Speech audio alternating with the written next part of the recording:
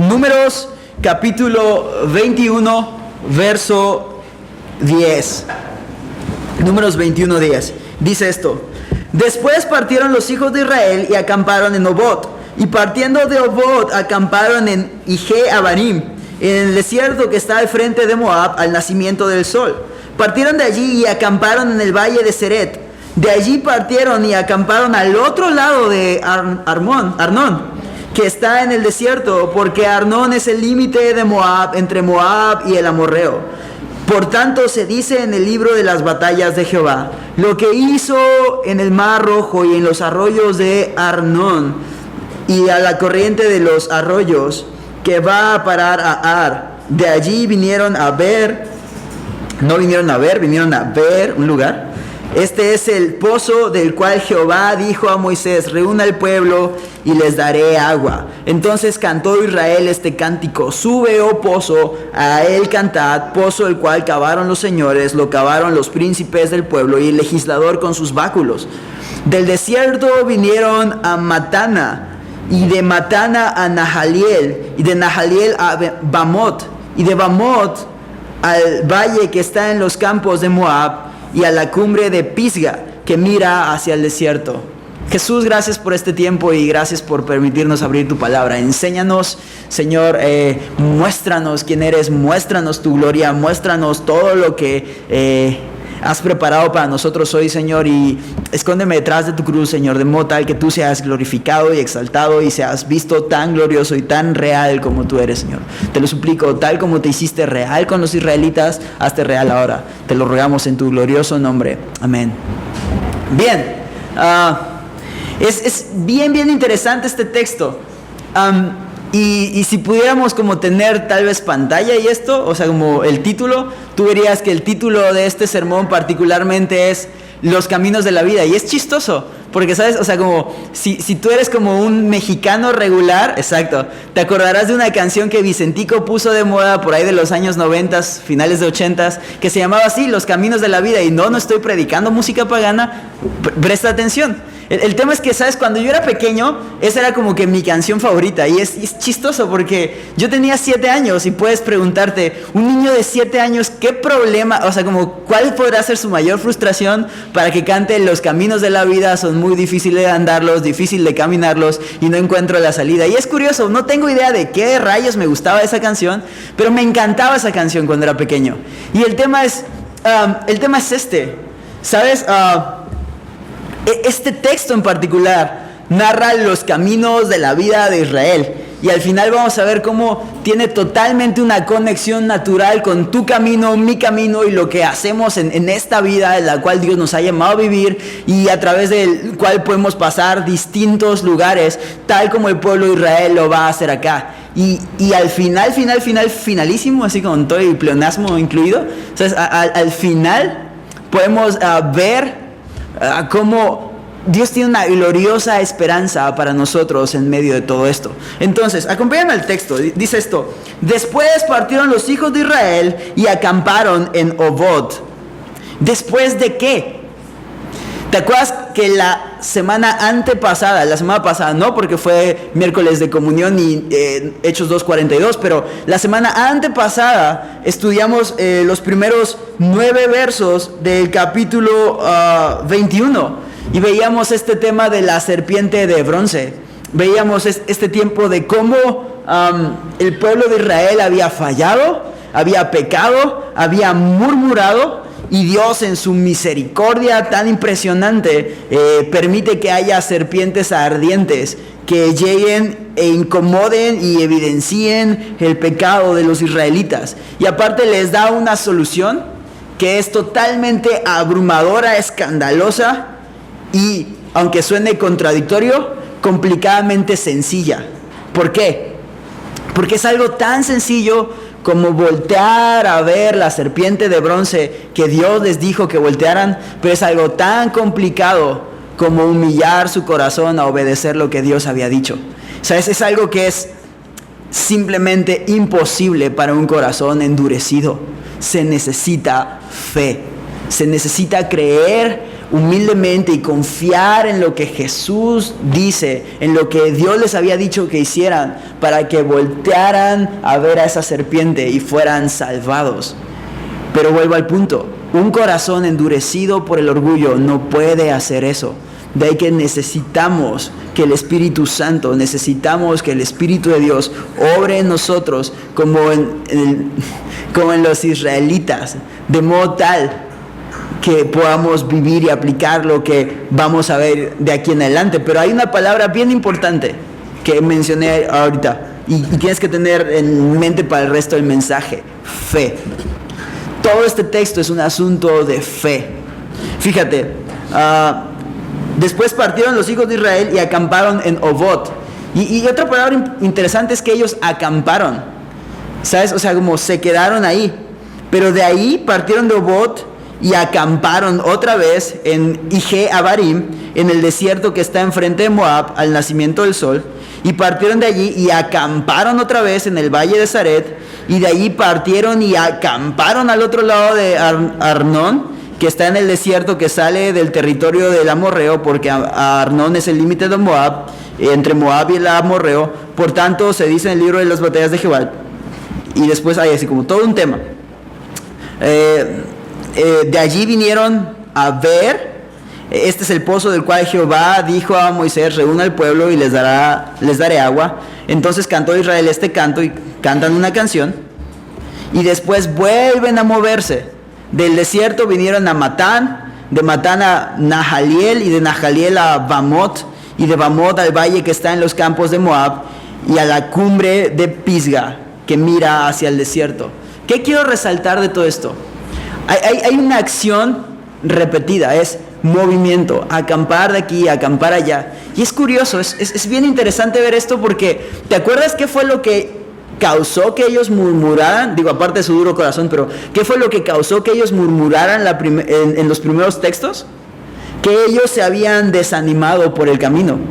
Se habían desanimado por la cantidad de movimientos que iban a tener. Se habían desanimado porque tenían que dar toda la vuelta, porque los edomitas no los habían dejado pasar por en medio de su territorio. Entonces el camino se había prolongado y eso como provocó que ellos murmuraran, que ellos se agüitaran, porque aparte como no les gustaba que no había agua y un montón más de cosas. Y es bien interesante ver cómo Dios los lleva de un lado a otro. De hecho, tengo aquí escritos 1, 2, 3, 4, 5, 6, 7, 8, 9, 10 lugares en los cuales ellos estuvieron en estos primeros 10 versículos. Y es interesante, ¿por qué? Porque me puse a estudiar como que los nombres o sea, como qué significaban los nombres de los lugares a los que ellos iban pasando y qué tipo de lugares eran. Y era bien interesante, porque tú puedes ver que ellos en este tiempo pasaron por el desierto, pasaron por arroyos. Por ejemplo, Arnón era un lugar rodeado de arroyos. De ahí que el verso 14 dice: lo que hizo en el Mar Rojo en los arroyos de Arnón. Pero también pasaron por el desierto. Pasaron por Seret, que significa crecimiento. Pasaron por Matana, que significa regalo de Dios. Imagínate eso. Imagínate que llegas o sea, que vas de viaje y vas así como en estas carreteras que tienen un chorro de pueblitos y pasas a un pueblito que se llama así, regalo de Dios. Después avanzan del siguiente y el siguiente pueblito se llama torrente de Dios, que era Nahaliel. Y después llegas a Bamot, que significa los lugares altos de Baal, y es como, órale, ella no me gustó. Lo que quiero decirte es esto: Dios se encargó de llevarlos de un lado a otro, porque sin importar, como decía al principio, los caminos de la vida, sin importar por dónde vamos caminando, sin importar lo que hemos atravesado, sin importar los lugares donde ha habido agua y donde ha habido desierto, sin importar todo eso, el mismo Dios que los sacó de Egipto sigue siendo el mismo Dios que los tiene acá. El mismo Dios que trazó y diseñó su ruta perfecta es el mismo Dios que ahora los está llevando en este camino. Y algo que me fascina de este texto es ver en el verso 13. No, perdón. En el verso 16. De allí vinieron a ver, este es el pozo del cual Jehová dijo a Moisés, reúna al pueblo y les daré agua. Entonces cantó el pueblo este cántico, sube, oh pozo, a él cantad pozo, el cual cavaron los señores, lo cavaron los príncipes del pueblo y el legislador con sus báculos. ¿Qué es interesante de ese texto? ¿Qué es interesante de esos versículos? ¿Te acuerdas que ellos una y otra vez se habían quejado, incluso habían murmurado para obtener agua? Y cómo en este punto Dios les provee antes de que ellos siquiera digan una palabra. ¿Ves ese contraste? ¿Ves el contraste en cómo las otras veces, aunque Dios provee agua, o sea, es bajo la actitud que ellos habían tomado? Y en este punto, Dios en su misericordia, antes de que siquiera digan una palabra, provee el agua. Y es bien interesante, porque podemos hacer una analogía de este pozo hacia la obra del Espíritu Santo. ¿Por qué? Acuérdate de dónde venían los israelitas. Venían de ser quebrantados por el pecado. Venían de ser evidenciados por medio de las serpientes. Venían de tener que confiar en la instrucción de Dios y voltear a ver hacia esa imagen de Jesús, o sea, hacia esta como foto que te platiqué hace 2 semanas, hacia esto que Dios había levantado para exhibir el pecado, y ellos, así como Jesús exhibió el pecado en la cruz, o sea, como ellos tenían que voltear a ver esto, y después estaban sedientos. Y sabes, si es tal cual la vida de alguien que ha nacido de nuevo, sabes, volteas a ver a Jesús, volteas a ver la exhibición de pecado, o sea, y la paga que esto costó, volteas a ver el glorioso sacrificio, y después estás sediento porque necesitas más de Él, ¿sabes? Y el tema es que es glorioso porque esto es simplemente una ilustración, ¿sabes? Pero en este punto los israelitas tenían agua, tenían un pozo con agua. ¿Sabes? Tú y yo tenemos mucho más que agua y un pozo. Tenemos al Espíritu Santo de Dios. Tú y yo tenemos mucho, mucho más por qué agradecer que simplemente agua. Tú y yo tenemos mucho más por qué agradecer que simplemente recursos. ¿Sabes? Tenemos al Espíritu Santo de Dios. Y es bien interesante porque los israelitas responden en gratitud, ¿sabes? Y empiezan a cantar. Es como, ¿sabes? O sea, estaban tan agradecidos, tan felices de lo que Dios acaba de proveer, que su reacción natural es simplemente cantar a Dios. Y cantar así como, pues qué chida canción, la canción del pozo. Pues fue lo que cantaron, ¿sabes? No tenían mucha creatividad, evidentemente, pero cantaron una canción por la gratitud que surgía de sus corazones. Y esto es hermoso porque, ¿sabes? Nosotros acá, cuando tenemos tiempos de alabanza, debemos considerar eso. Y debemos tener eso en mente. O sea, no venimos a la iglesia a cantar por cantar. ¿Sabes? O sea, como la alabanza no son como los cortos de la película, así como en lo que puedes llegar y acomodarte y salir al baño. O sea, es como, la alabanza no es el tiempo como los 20 minutos de que, puedo llegar, no importa si la reunión empieza a las 8, pues si llego 8:25 todavía está alabanza, entonces empiezo, ¿sabes? La alabanza no es como para satisfacernos a nosotros tampoco. No es como, pero esa canción sí me gusta, esta canción no me gusta. Alguna vez un amigo me contó que alguien llegó, él dirigía la alabanza, y alguien llegó y le dijo, hermano, no venía preparado, pero aquí está un disco con las canciones que sí me gustan para que las pueda cantar el próximo domingo. Y es como, ¿sabes? No venimos a eso. Cantar a Dios, tener tiempo de alabanza, es simplemente agradecer lo que Él ha hecho, pero sobre todo lo que Él es. Por eso es que cantamos. Por eso es que, por ejemplo, ahora antes de iniciar cantábamos el Dios que adoramos. Porque es eso.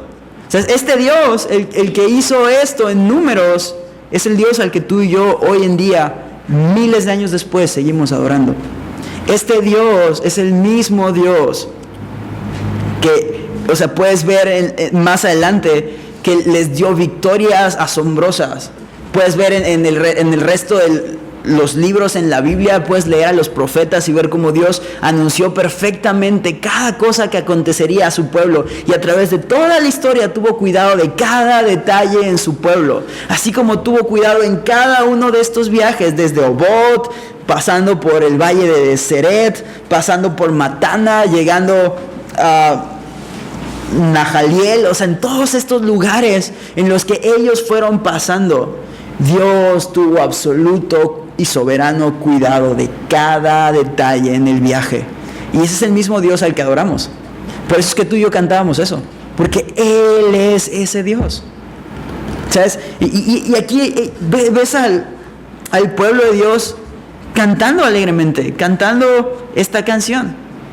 Y después de que ellos van con esta gratitud, con esta felicidad, con este como sentimiento que les provoca el ser agradecidos por lo que Dios es y ha hecho, ellos llegan a Matana. Llegan a este lugar que te digo, significa el regalo de Dios. Avanzan y fíjate, cuando llegan a la cumbre de Pisga, ¿qué tienen enfrente? El desierto otra vez. Es curioso, es como Dios los tiene para varios lugares. Verso 21. Entonces envió Israel embajadores a Sehón, rey de los amorreos, diciendo: pasaré por tu tierra, no nos iremos por los sembrados ni por las viñas, no beberemos las aguas de los pozos, por el camino real iremos hasta que pasemos tu territorio. Mas Sehón no dejó pasar a Israel por todo su territorio, sino que juntó Sehón todo el pueblo y saltó contra Israel en el desierto y vino a Jaza y peleó contra Israel. Y aquí es donde tú y yo decimos, pero ¿qué no era todo bonito y alegría y venían cantando y Dios había sido fiel en todo el viaje? Ojo, Dios continúa siendo fiel en esta parte del viaje. Y es bien interesante porque cuando escuchas esta parte de envió Israel embajadores diciendo: pasaré por tu tierra, no voy a entrar a tus sembradíos, no voy a tomar agua, me voy a ir de largo, ¿a qué te recuerda? Cuando van con los edomitas, así mismo tema. La diferencia es que con los edomitas mandan mensajeros y los edomitas les dicen Nel. Bueno, no dice eso, pero les dicen no. Pero o sea, el tema es que los israelitas todavía insisten. Y después de eso los edomitas salen armados, pero solo como que se paran en la orilla de su territorio, así como, ¿qué onda? Así como evidenciando, no te voy a dejar pasar. Pero en ningún momento hay ataque, entonces los israelitas dan la vuelta y van. O sea, este cuate, Sehón, escucha que vienen, o sea, como los israelitas, escucha que le dicen exactamente las mismas peticiones. No te voy a hacer daño, no te voy a costar ni un peso, no te voy a pedir nada, no voy a tomar de tus sembradíos, no voy a tomar de tu agua, solo voy a pasar de largo. Y este hombre no solo dice que no, sino que sale armado y ataca, pelea. Verso 23, vino a Jaza y peleó contra Israel. A diferencia de lo que hacen los edomitas, estos cuates llegan con toda la agresividad. Y es curioso, ¿sabes qué significa el nombre de Sehón, el rey? Guerrero. Entonces el cuate le hace honor, le hace fama a su nombre. Entonces imagínate que tú eres un israelita. O sea, vienes así cantando la canción del pozo. O sea, como, a lo mejor no hayas cantado la canción del pozo, pero es como, bendice al Señor, na, na, na. Vienes con todo este tema. Y así como, todo es amor y paz. Y de repente sale un cuate que se llama Guerrero. Y se te para enfrente y te dice, en él no pasas, y aparte te ataca. Pero es a la vez que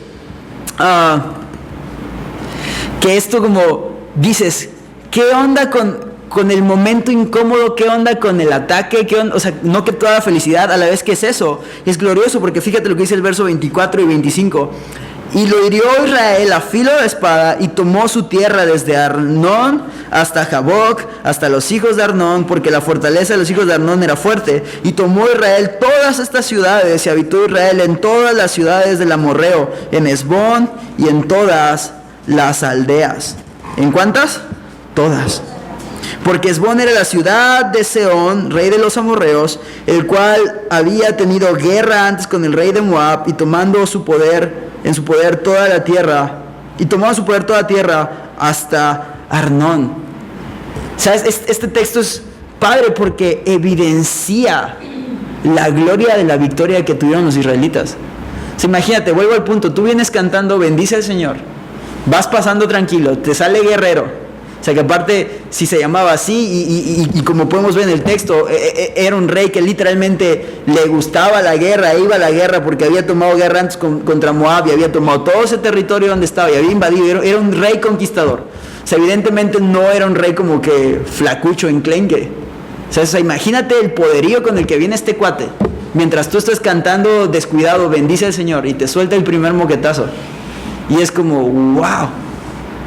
Y sabes, Israel gana esta batalla, no por Israel, sino porque Dios los puso en su mano. Dios ya había hablado sobre los amorreos, ¿sabías eso?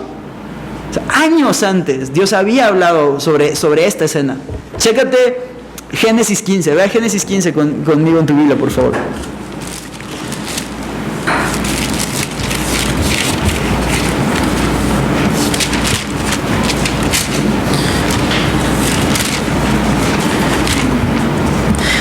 ¿Te acuerdas de dónde proviene Israel? Israel son los hijos de Abraham. Bueno, sí, llegó a la raíz, exacto. Israel son los hijos de Jacob, que era hijo de Isaac, que era hijo de Abraham. Y Abraham fue quien recibió la promesa, ¿sabes? Y chécate Génesis 15, verso 7. Es Dios hablando con Abraham. Y le dijo, yo soy Jehová, que te saqué de Ur de los Caldeos para heredar esta tierra. Se refiere a la tierra de Canaán. Pero chécate bien cómo empieza el verso 7. Yo soy Jehová, que te saqué de Ur de los Caldeos para darte a heredar esta tierra. O sea, Dios le está prometiendo esa tierra. Ahora, ¿qué es lo que dice? Tú sáltate unos versos si quieres y chécate el verso 13. Puedes leer el resto de la historia en casa. Y el verso 13 dice, entonces Jehová dijo a Abraham, ten por cierto que tu descendencia morará en tierra ajena y será esclava allí y será oprimida 400 años. Está hablando del tema de Egipto. Más también a la nación a la cual servirán, juzgaré yo, y después de esto saldrán con gran riqueza. Y tú vendrás a tus padres en paz y serás sepultado en buena vejez. Y en la cuarta generación volverán acá, porque aún no ha llegado a su colmo la maldad del amorreo. Hasta aquí. Fíjate, Dios retrasó 400 años a Israel para entrar a la tierra prometida porque estaba teniendo misericordia del amorreo. Porque aún no ha llegado hasta el colmo la maldad del amorreo. O sea, el amorreo todavía tenía chance, ¿te das cuenta?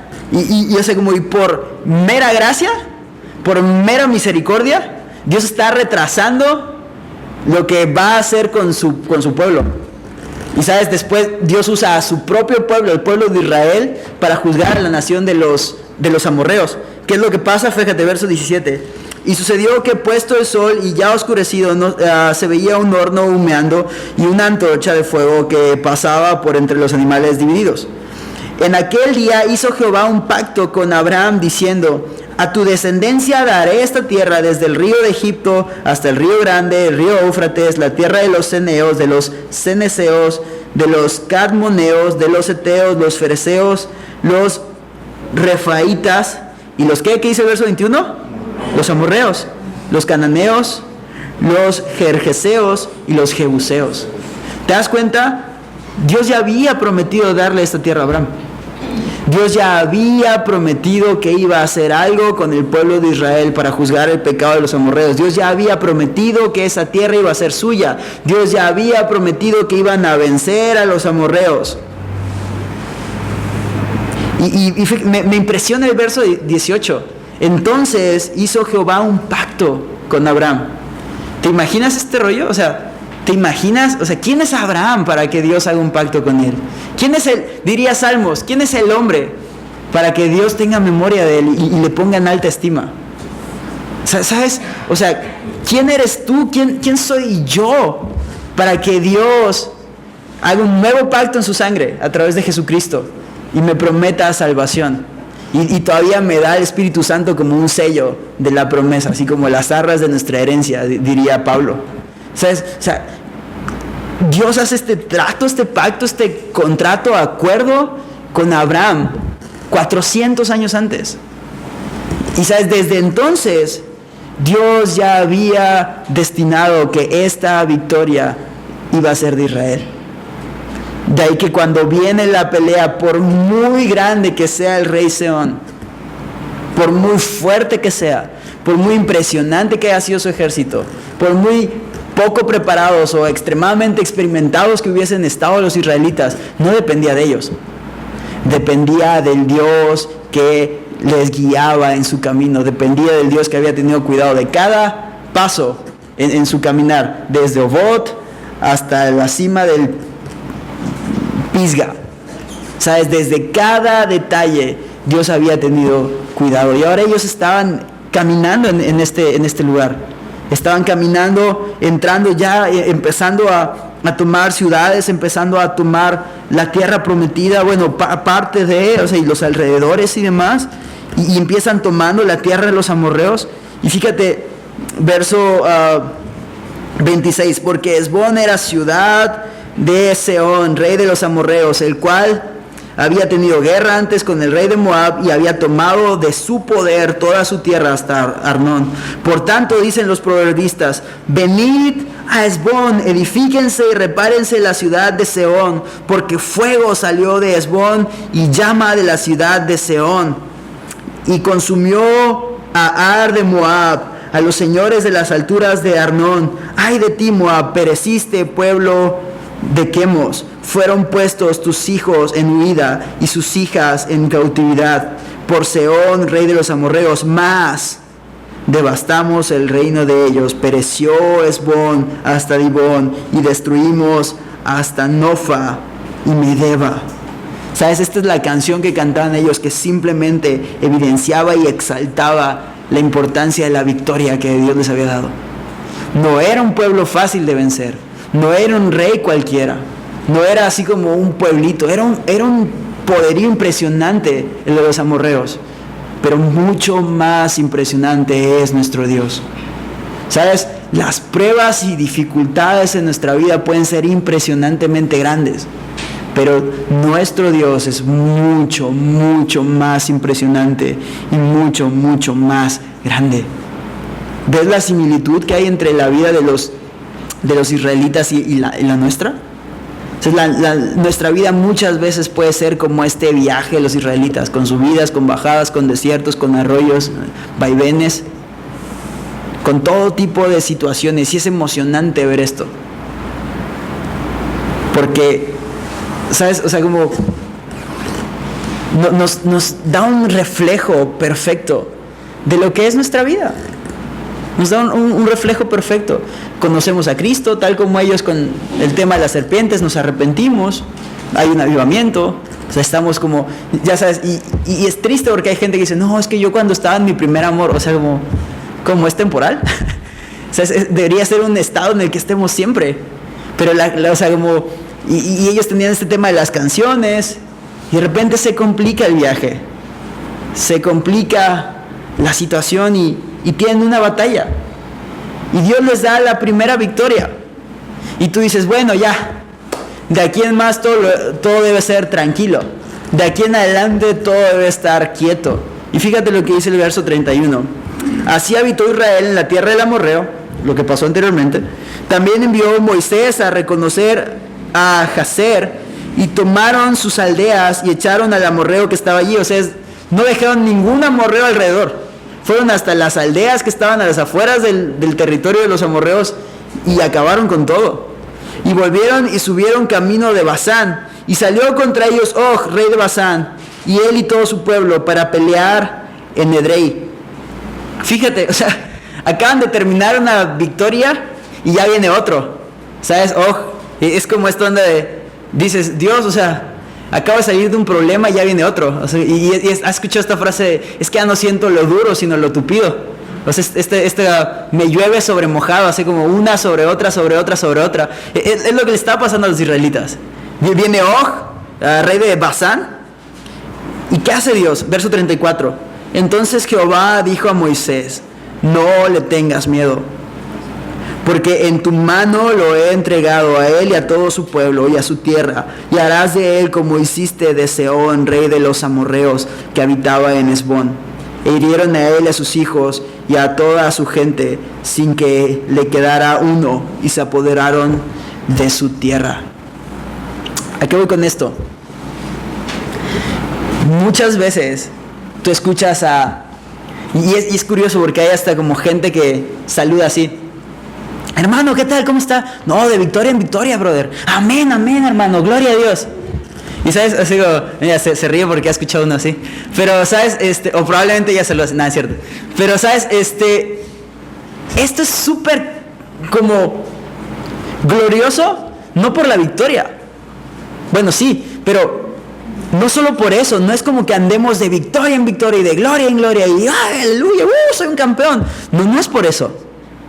Entonces es porque aunque haya batalla, ojo, la batalla es real, el ejército de enfrente es real, el enemigo fuerte es real, las complicaciones son reales, las pruebas y aflicciones que van a venir en el camino son reales. Pero nuestro Dios es real, su poder es real, su misericordia y bondad son infinitamente reales. Su nombre es grande y poderoso. ¿Sabes? Ese es el Dios en el que creemos. Y no es una onda como, vamos campeón, échale ganas, supérate. No.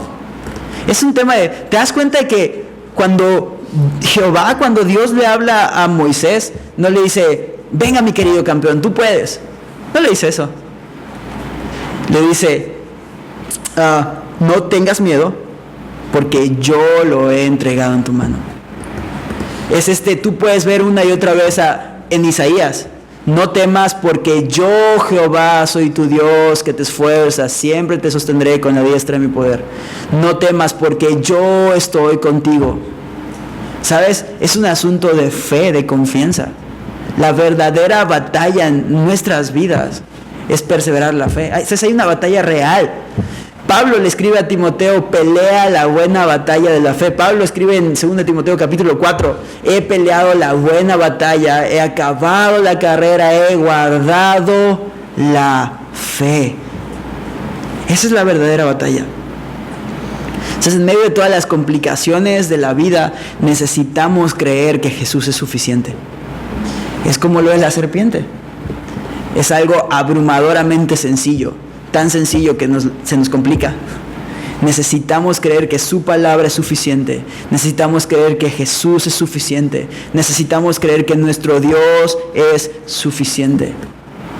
¿Sabes? La prueba es si en realidad voy a retener mi fe. Dios no les llama, vuelvo al punto, Dios no les llama a echarle ganas y a ser campeones. Dios les llama a no temer y creer. ¿Sabes? Es como Efesios 6, por ejemplo, que te prepara para una batalla. Y tú puedes ver el libro de Efesios, y el libro de Efesios me gusta un chorro. Así, cada vez que tengo oportunidad de enseñar el libro de Efesios, enseño el libro de Efesios. Pero, ¿sabes? Es padrísimo porque tú puedes ver cómo durante 5 capítulos Pablo te prepara.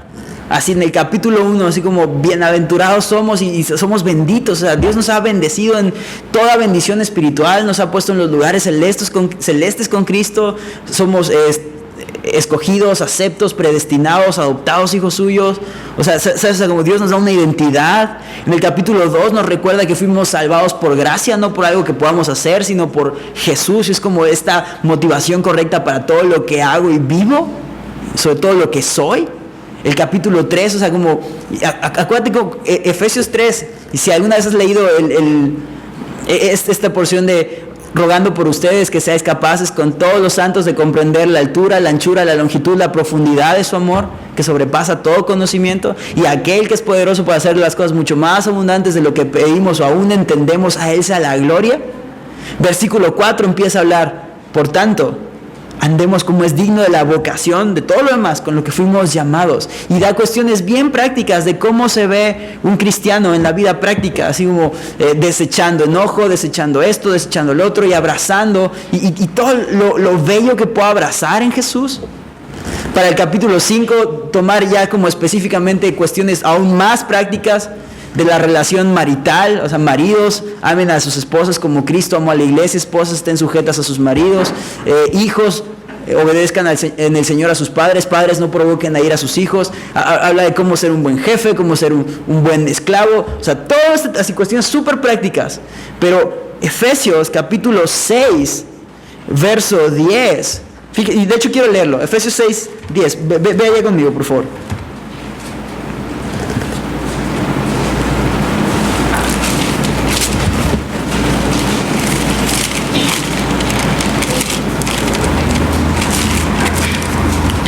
Fíjate, Efesios 6, 10.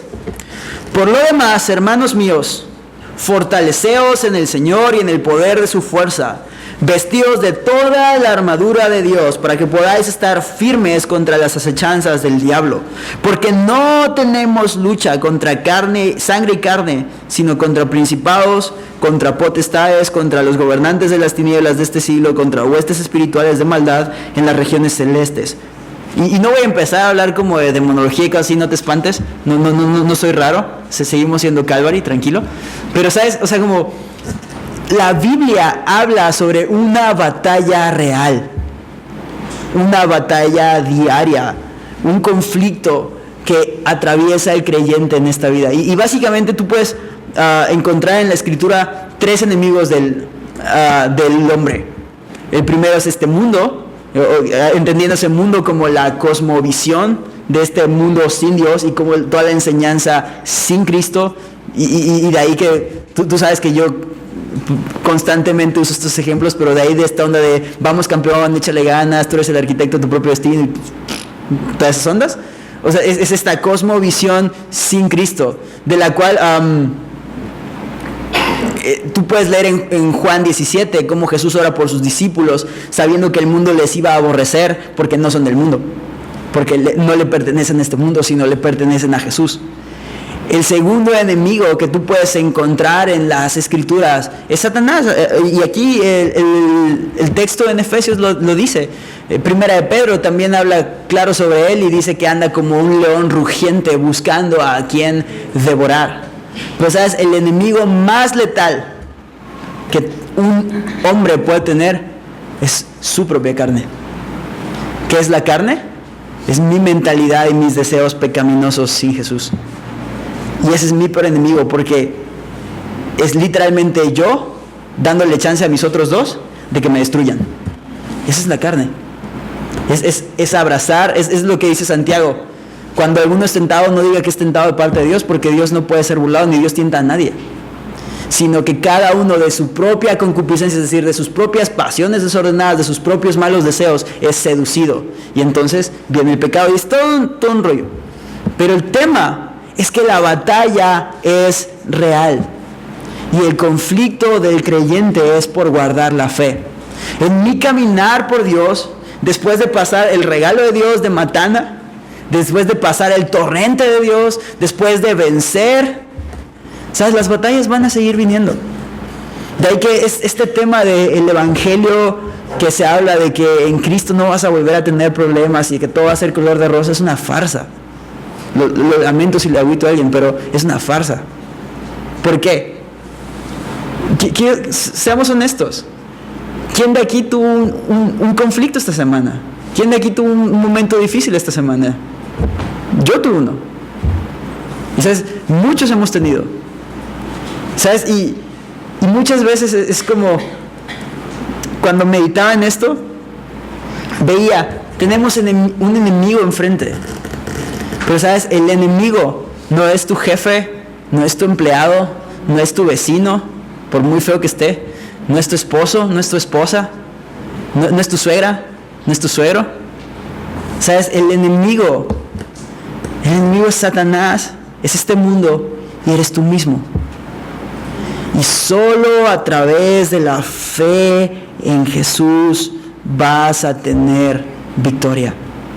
Fíjate lo que dice este famoso texto conocido como la armadura de Dios, verso 13 de Efesios 3. Por tanto, tomad toda la armadura de Dios. ¿Cuánta? Toda.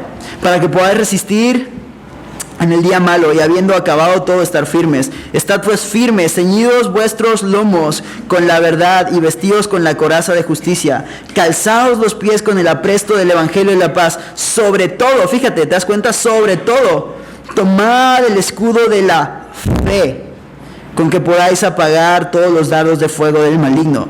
Tomad el yelmo de la salvación y la espada del Espíritu, que es la palabra de Dios, orando en todo tiempo. ¿Cuándo?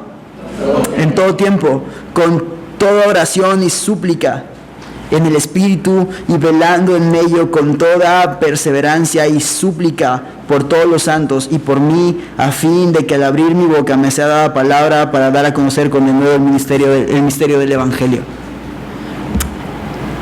Sobre todo, tomad el escudo de la fe, de la certeza y confianza en que el Señor está ahí en medio del camino. En medio de lo que yo estoy atravesando, ahí está Jesús.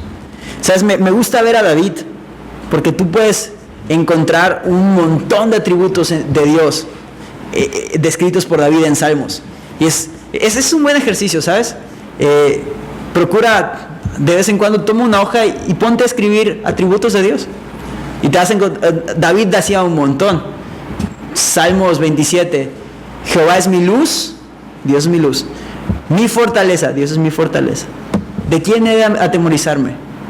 ¿Sabes? O sea, y ahí tienes dos en un versículo. ¿Sabes? Puedes en Jehová es mi pastor, Dios es mi pastor. Nada me faltará, Dios es mi proveedor. En lugares de delicados pastos me hará descansar. Dios me cuida, me protege y me da descanso. Ponte a checar esto y date cuenta de la certeza con la que hablaba David. Fíjate, acompáñame a Salmo 3, por favor.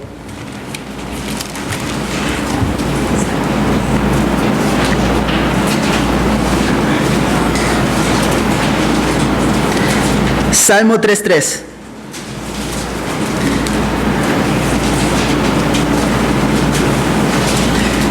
Fíjate desde el 1. Dice, oh Jehová, cuánto se han multiplicado mis adversarios. Muchos son los que se levantan contra mí. Muchos son los que dicen de mí, no hay para él salvación en Dios. Mas tú, oh Jehová, eres escudo alrededor de mí, mi gloria, el que levanta mi cabeza. Con mi voz clamé a Jehová, y él me respondió desde su monte. Yo me acosté y dormí y desperté porque Jehová me sustentaba. No temeré a 10 millares de gente que pusieren sitio contra mí. Levántate, oh Jehová, sálvame, Dios mío, porque tú heriste a todos mis enemigos en la mejilla. Los dientes de los perversos quebraste. La salvación es de Jehová, sobre tu pueblo sea tu bendición. ¿Te das cuenta de la certeza con la que habla David? No dice, se levantaron contra mí, ojalá que Dios pudiese ser escudo alrededor de mí. ¿Te das cuenta que David tampoco dice, estoy en problemas, a ver si eso del cristianismo me jala, a ver si eso de la fe funciona? ¿Sabes? ¿Te das cuenta cómo David en ningún momento duda? David dice, mas tú, Jehová, eres escudo alrededor de mí, mi gloria, y el que ojalá alguien levantara mi cabeza. No, Dios es el que levanta mi cabeza, es lo que dice David. Ojalá Dios respondiera cuando yo clamo. No, David dice, con mi voz clamé a Jehová y él me respondió desde su monte santo. Yo me acosté y dormí y desperté porque Jehová me sustentaba. Entonces es esto. Escuchaba a un pastor que compartía este pasaje y él decía, imagínate, David, si yo supiera que un solo hombre, diría un pastor, un mito hombre, está buscándome para matarme, o sea, yo pierdo el sueño. O sea, si yo fuera así como el objetivo de un grupo de personas que quieren matarme, o sea, lo menos que podría hacer es dormir. Y David dice, me acosté y dormí y desperté, porque Jehová me sustentaba. ¿Te das cuenta del nivel de confianza de David? David estaba seguro. David estaba conservando la fe. Y eso es lo que tú y yo necesitamos hacer. Entonces, al principio te dije, y si llegaste tarde, puedes reírte de mí ahora, pero, o sea, el mensaje de hoy se llama Los Caminos de la Vida, por la canción de Vicentico, que de alguna razón me gustaba mucho cuando era chiquito. Y literalmente decía esto: los caminos de la vida no son lo que yo esperaba, no son lo que yo creía, no son lo que imaginaba. Los caminos de la vida son muy difíciles de andarlos, difícil de caminarlos, y no encuentro la salida. No tengo idea de por qué me gustaba esa canción, Porque si lo analizas y lo piensas bien, es así o más agüite. O sea, básicamente la canción dice, me ha ido súper mal, que no sé qué hacer con mi vida. O sea, ¿sabes?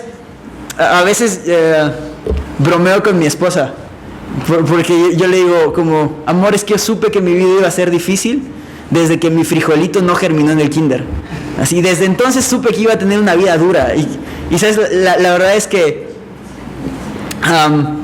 digo eso de broma, pero hoy en día ves a mucha gente tomando este tipo de canciones como su identidad y cantando así. Y no solo cantando, viviendo así. Viviendo sin propósito, viviendo sin encontrar una salida, viviendo inundado y ahogado de problemas.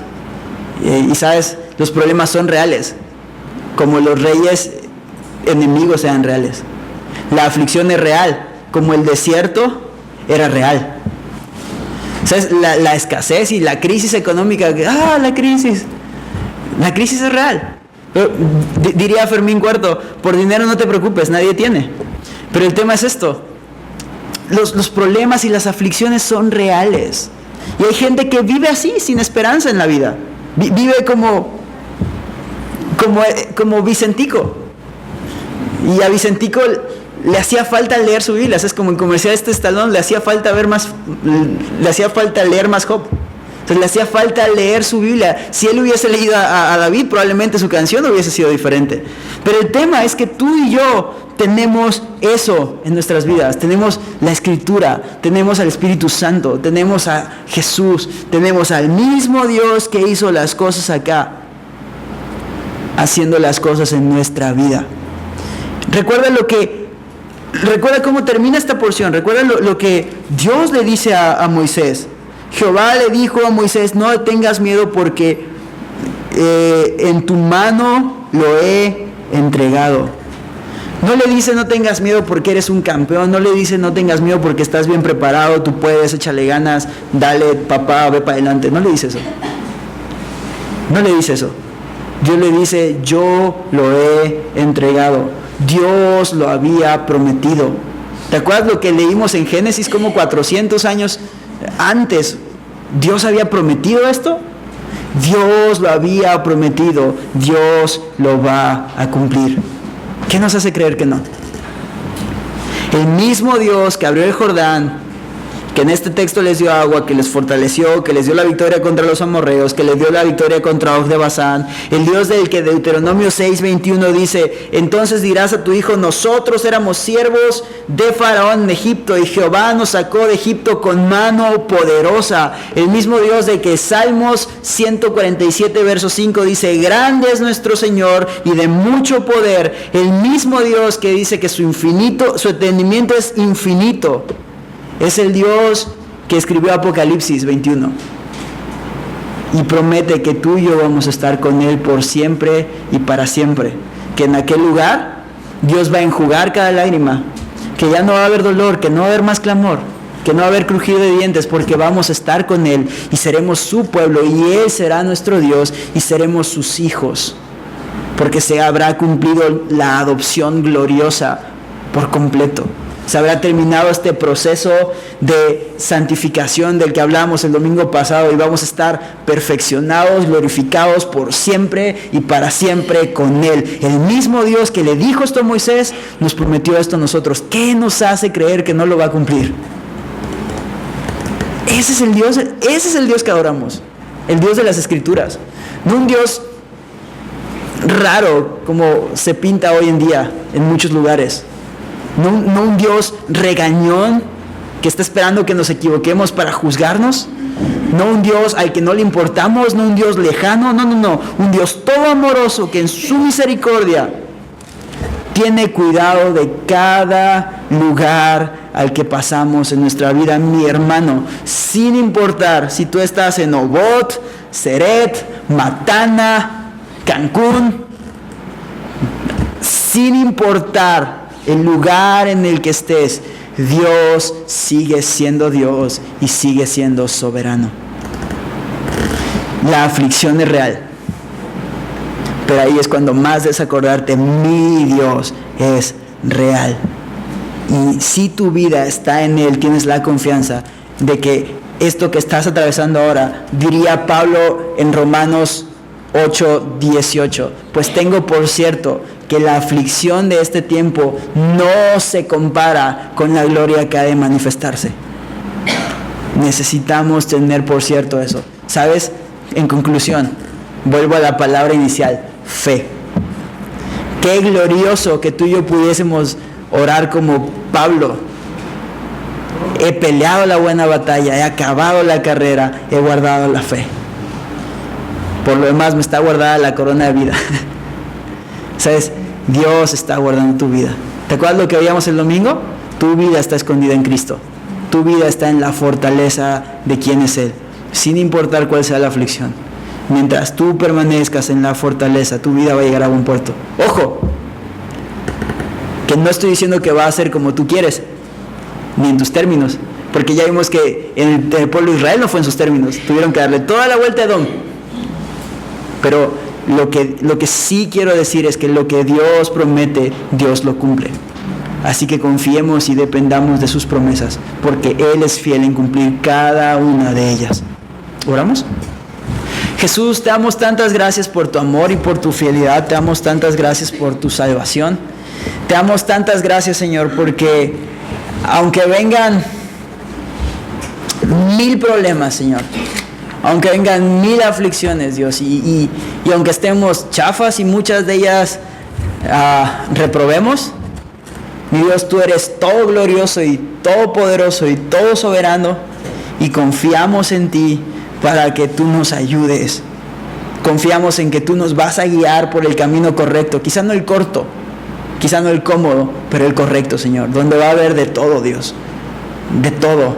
Pero lo glorioso es que al final del día vamos a estar contigo por siempre y para siempre, y que hoy mismo podemos disfrutar, Señor, de una relación contigo, de tu Espíritu Santo, de tu palabra. Gracias, Señor. No merecíamos tan grande regalo, y tú eres infinitamente fiel. Te amamos, Señor. Te ruego que lleves con bien a casa a cada uno de mis hermanos, Señor, y que traigas a los que no están ahora, Dios, y perdona nuestros pecados, Señor, porque seguro hemos pecado en la semana, Dios, seguro hemos fallado y seguro vamos a volver a fallar, Dios, pero tú eres siempre misericordioso, así que confórmanos a tu imagen, Dios, y trae arrepentimiento a nuestras vidas, como con Israel, Señor, y si es necesaria la serpiente, Dios, bienvenida sea, pero siempre y cuando, Señor, nos lleve a ti y nos recuerde lo mucho que dependemos de ti. Señor, no nos sueltes ni un segundo porque estamos perdidos sin ti. Te amamos, Dios, y suplicamos que tu Espíritu Santo esté con nosotros, no solo esta noche, sino siempre, Señor. Y como oraba aquel amigo, Señor, que esta noche y hasta que nos veamos en tu presencia, que sea tu voluntad y no la nuestra, Señor. En tu nombre oramos, en tu glorioso nombre oramos, Señor. Amén.